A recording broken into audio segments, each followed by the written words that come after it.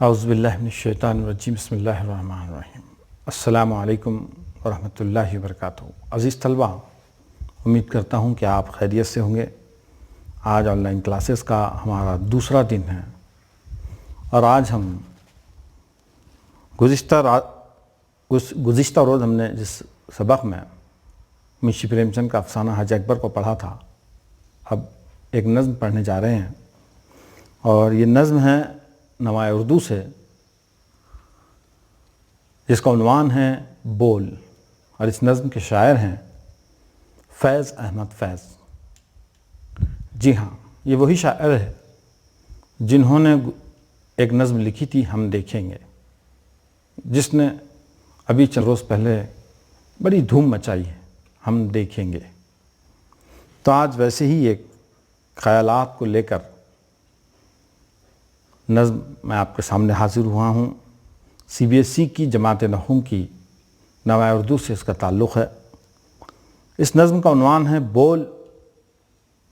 اس میں شاعر کیا بولنا چاہ رہا ہے، یہ کیا بولنے لگا رہا ہے، آج ہم اس کو سمجھنے کی کوشش کریں گے۔ سب سے پہلے میں اس نظم کو پڑھ لوں گا، اس کے بعد ہم اس نظم کو سمجھنے کی کوشش کریں گے۔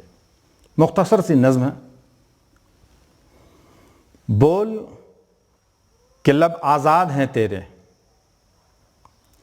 بول کہ لب آزاد ہیں تیرے، بول زباں اب تک تیری ہے، بول زباں اب تک تیری ہے، تیرا ستواں جسم ہے تیرا، تیرا ستواں جسم ہے تیرا، بول کہ جاں اب تک تیری ہے، بول کہ جاں اب تک تیری ہے، دیکھ کے آہنگر کی دکان میں، دیکھ کے آہنگر کی دکان میں،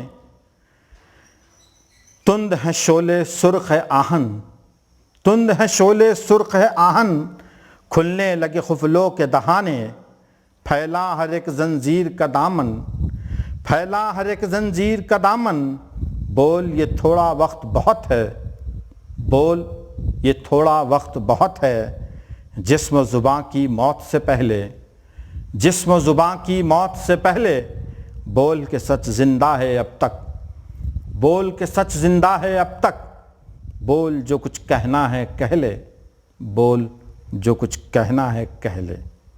فیض احمد فیض۔ یہ فیض کی مختصر سی نظم ہے۔ اس میں شاعر نے ایک پیغام، ایک میسج پوری دنیا کے لیے پھینکا ہے۔ وہ یہ ہے کہ انسان نے ہر وقت، چاہے وہ خوشحال ہو یا بدحال ہو، سچ کا دامن نہیں چھوڑنا چاہیے، اور ظلم جو دنیا میں ہو رہا ہے، جو ظلم و ستم کرنے والے حکمراں ہیں، ان کے خلاف آواز اٹھاتے رہنا چاہیے، خاموش نہیں بیٹھنا چاہیے۔ جی ہاں، اس طرح کے خیالات صرف فیض ہی رکھ سکتے ہیں، یہ فیض ہی کا کلام ہے۔ فیض نے کہا کہ بول کے لب آزاد ہیں تیرے، بول کے لب آزاد ہے تیرے، لب ہونٹ تیرے آزاد ہے، ابھی تو بول سکتا ہے، بول کے لب آزاد ہے تیرے، بول زباں اب تک تیری ہے، یہ زباں بھی ابھی تیری ہے۔ کیوں کہہ رہا ہے ایسا شاعر کہ زباں تیری، لب تیرے؟ اس کا مطلب یہ ہے کہ جب ظلم حد سے بڑھ جاتا ہے تو انسان کی بولنے کی طاقت بھی چھین لی جاتی ہے، پھر اس کے بعد وہ بولنے کی طاقت سے محروم ہو جاتا ہے۔ ابھی زباں تیری ہے، لب تیرے ہیں، سب تیرے ہے، تو بولنے کی استطاعت رکھتا ہے، لہٰذا ابھی بول، خاموش مت بیٹھ ظلم کے سامنے، بول زباں اب تک تیری ہے، تیرا ستواں جسم ہے تیرا، سیدھا جسم ہے تیرا، جسم صحیح سلامت ہے، ظالموں نے ابھی تیرے جسم کو چورا چورا نہیں کیا، تو بول سکتا ہے، پھر جب تو لاغر ہو جائے گا تو بولنے کے بھی کام کا نہیں رہے گا۔ بول کے جان اب تک تیری ہے، جان بھی تیری ہے، تیری جان ابھی شہید نہیں ہوئی، تو ابھی روئے زمین سے ختم نہیں ہوا، بول، بول کے جان اب تک تیری ہے۔ اور مثال کیا بڑی پیاری دی اس نظم میں شاعر نے، کیا کہا کہ دیکھ کے آہنگر کی دکان میں، آہن، آہن کہتے ہیں لوہے کو، آہنگر، لوہے کو پگھالنے والا، جس کو ہم عام طور پر لوہار کہتے ہیں۔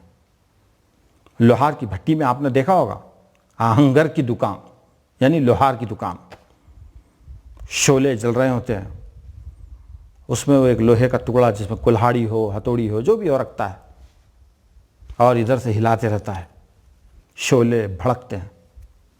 تو شاعر کہہ رہا ہے کہ دیکھ کیا آہنگر کی دکان میں تند ہے شعلے، سرخ ہے آہن،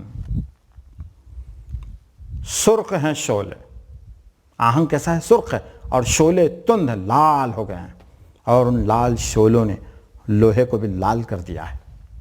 دیکھیں گے آپ نے، سرخ کر دیتا ہے وہ شعلے، لوہے کو بھی، آہن کو بھی لال کر دیتے ہیں۔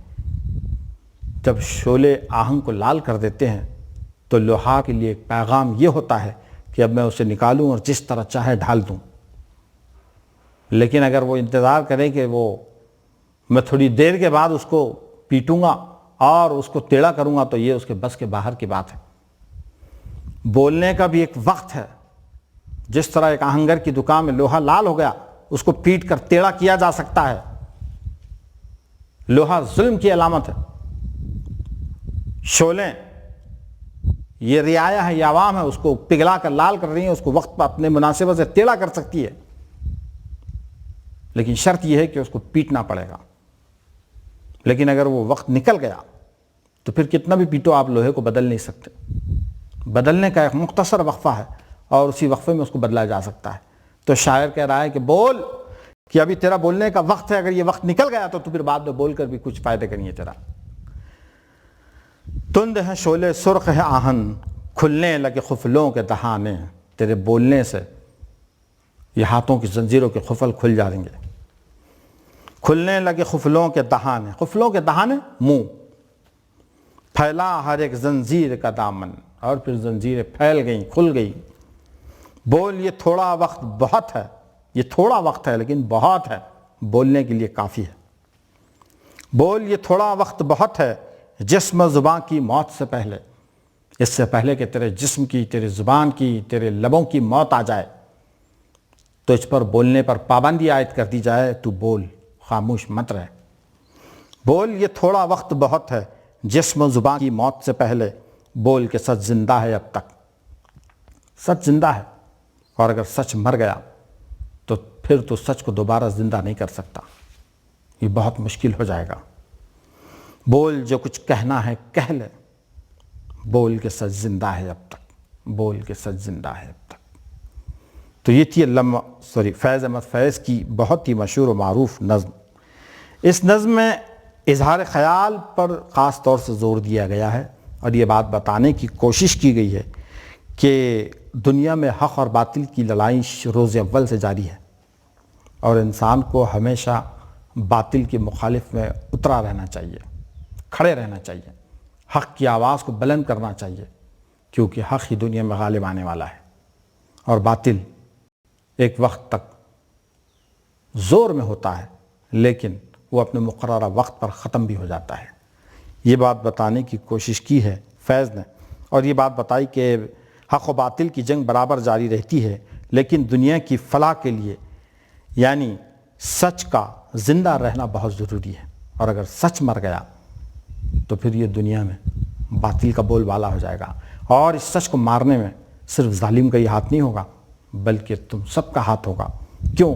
کیونکہ تم نے وقت پڑنے پر سچ کی آواز کا ساتھ نہیں دیا اور وہاں خاموش رہے۔ تو یہ نظم بولنے پر اکساتی ہے اور کہتی ہے کہ بولو، حق بات بولو، سچ کی حمایت میں بولو، ورنہ کہیں ایسا نہ ہو کہ تمہاری بولنے کی طاقت ختم کر دی جائے۔ تو میں سمجھتا ہوں کہ فیض کی یہ نظم، جس نے ہمیں حالات کے خلاف بولنا سکھایا اور باطل کے خلاف بولنا سکھایا اور حق بات بولنا سکھایا، اس سمجھ میں آ گئی ہوگی۔ میں شکریہ ادا کرتا ہوں عبدالقیوم دیشمکھ صاحب کا کہ انہوں نے یہاں ہمیں بولنے کا موقع دیا اور ہماری بولنے کی طاقت کو قید کیا۔ جزاک اللہ۔